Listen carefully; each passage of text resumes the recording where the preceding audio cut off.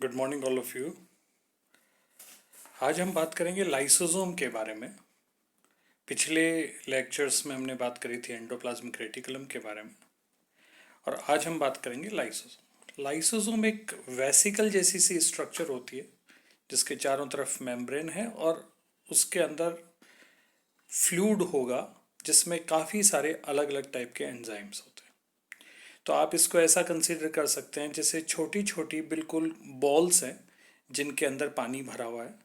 ये इस टाइप का एक लाइसोसोम होता है। लाइसोसोम बेसिकली गोल्जी बॉडी से डराइव हुई वेसिकल से जो मैच्योर होने के बाद में लाइसोसोम में तब्दील हो जाती है, जब उनमें सभी एंजाइम्स अच्छे से काम करने लग जाते हैं। तकरीबन तकरीबन 50 से ज़्यादा इनमें एंजाइम्स होते हैं जो कि मेनली हाइड्रोलाइटिक नेचर के होते हैं, यानी वो दूसरे सब्सटेंसेस को तोड़ने में काम आते हैं। फॉर एग्जांपल उनकी मेजर क्लासेस के बारे में अगर हम बात करें तो न्यूक्लियेसिस जो कि न्यूक्लिक एसिड को तोड़ता है, ये दो टाइप का हो सकता है। आरएनएज जो आरएनए को तोड़ेगा, डीएनएज जो डीएनए को तोड़ेगा। इसी तरह से प्रोटीएजेस जो प्रोटीन्स को पेप्टाइड्स में कन्वर्ट करेगा यानी उसके टुकड़े करेगा। लाइपेजेस जो लिपिड्स को तोड़ेगा। फॉस्फेटेजेस जो फॉस्फेट को रिमूव करवाएगा। फॉस्फोलाइपेजेस जो फॉस्फोलिपिड्स को ब्रेक डाउन करवाएगा। और सल्फेटेजेस जो सल्फेट को रिमूव करवाएंगे। इन सभी मेजर कैटेगरी में फर्दर काफ़ी सारे एंजाइम्स होंगे। कलेक्टिवली हम इनको एसिड हाइड्रोलाइसिस बोला करते हैं। क्यों बोला करते हैं एसिड हाइड्रोलाइसिस? क्योंकि इनको एक्टिव फॉर्म में काम करने के लिए एसिडिक पीएच की ज़रूरत होगी, और वो एसिडिक पीएच लाइसोसोम के अंदर मेंटेन रहेगी।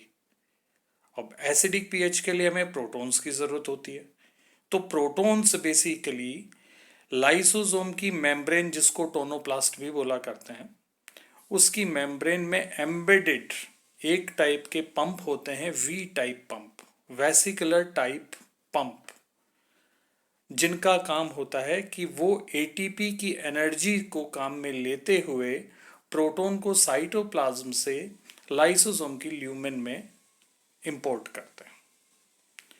इसकी वजह से वहाँ पे पीएच 5 और कम हो जाता है, और उसी पीएच पर ये सारे एंजाइम्स काम करते हैं। So lysosomes are membrane enclosed compartments having variety of hydrolysis.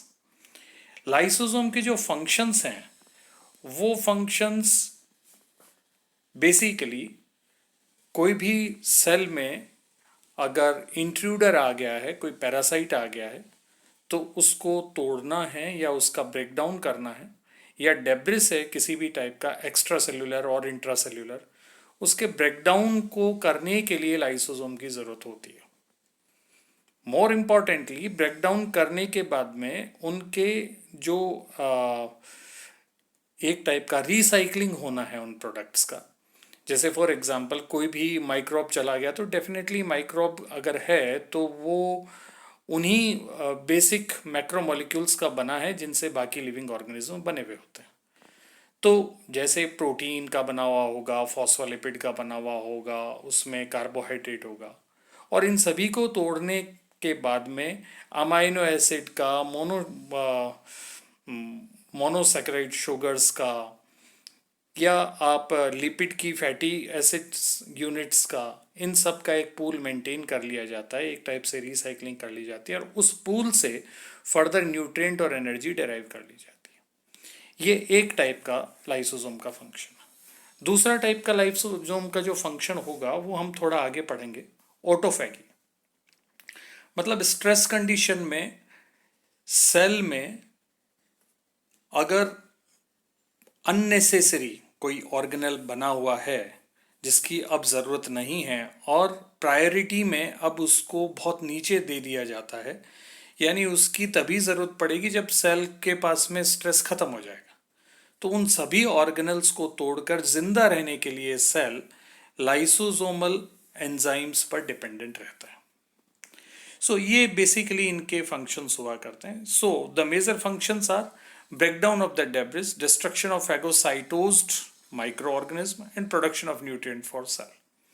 इसमें एक इम्प्लिसिटेड फंक्शन ये भी आ जाता है, डिस्ट्रक्शन ऑफ फैगोसाइटोस्ड माइक्रो ऑर्गेनिज्म। मतलब लाइसोसोम हमें सेल्यूलर डिफेंस भी प्रोवाइड करवाता है और ये इसका इम्यूनोलॉजी में इम्यूनिटी डेवलपमेंट में बहुत अच्छा रोल होगा, जिसकी वजह से कोशिकाएं जो हैं वो पूरी तरीके से दुरुस्त रहती हैं और बाहरी इन्वेडर से कोशिकाओं को बचाने की कोशिश में लाइसोसोम का एक इम्पॉर्टेंट रोल बनता है। जैसा फंक्शन होगा उसी के अकॉर्डेंस में लाइसोसोम के अलग अलग शेप और साइज होगा। जैसे आपने लोअर क्लासेस में पहले भी सुना है कि primary lysosome, secondary lysosome, tertiary lysosome वगैरह वगैरह। प्राइमरी लाइसोसोम्स वो बॉडीज हैं जिनमें एंजाइम्स हैं और वो काम कर रहे हैं। सेकेंडरी लाइसोसोम में धीरे धीरे धीरे धीरे कुछ अनडाइजेस्टेड मटेरियल इकट्ठे होते चले जाते हैं और उनका शेप भी थोड़ा बढ़ता चला जाता है, और टर्शरी में सिर्फ और सिर्फ वो अनडाइजेस्टेड मटेरियल ही पड़ा रहेगा। ये इनका बेसिक डिफरेंस है। ऑटोफैगी जो हमने बात करी, ऑटोफैगी में बेसिकली किसी भी ऑर्गेनल के, पैरोक्सिसोम हो गया, माइटोकॉन्ड्रिया हो गया, उस ऑर्गेनल के चारों तरफ एंडोप्लाज्मिक रेटिकुलम की डबल मेम्ब्रेन आएगी और उसको कवर कर लेगी। कवर करने के बाद में उसको हम बोलते हैं ऑटोफैगोसोम।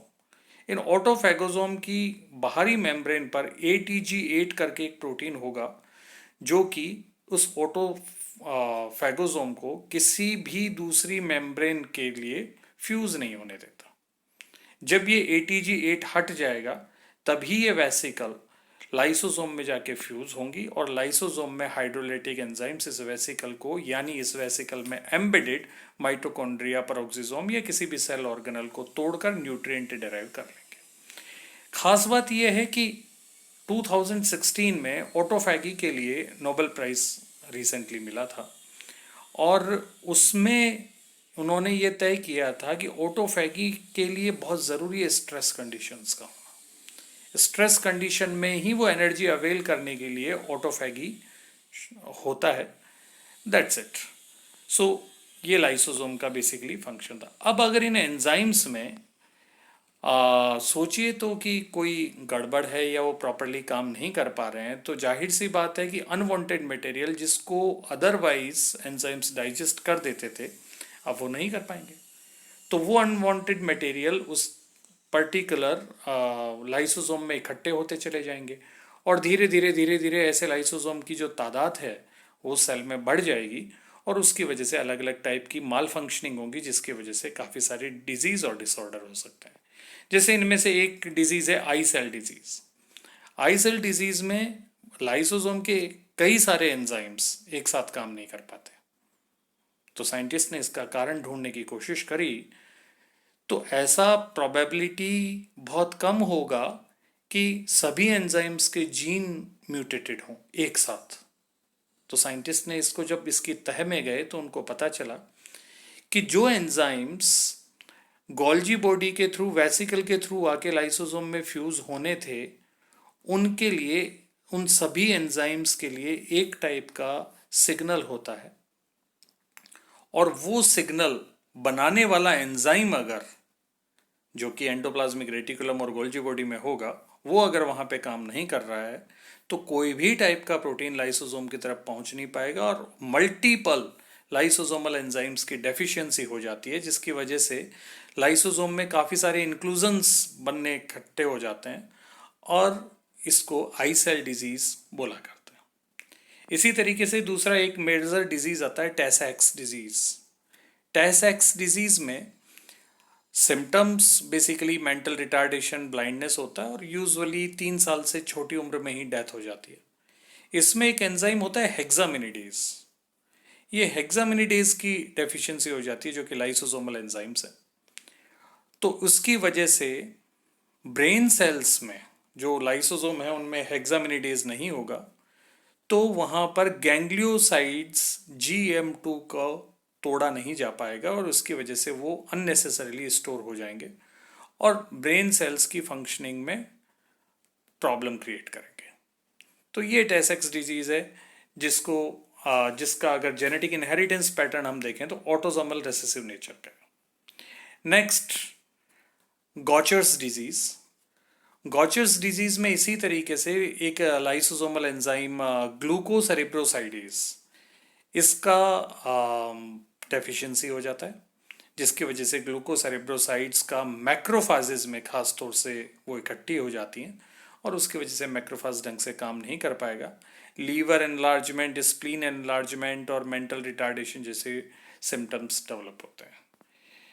Next disease is Niemann's Pick disease. इसके सिम्टम भी गॉचर्स डिजीज जैसे ही हैं, लेकिन इसमें स्फिंगोमाइलिनेज एंजाइम की कमी हो जाती है, जिसकी वजह से स्फिंगोमाइलिन का स्टोरेज होना शुरू हो जाता है और इस वजह से ये अपना ढंग से काम नहीं कर पाता।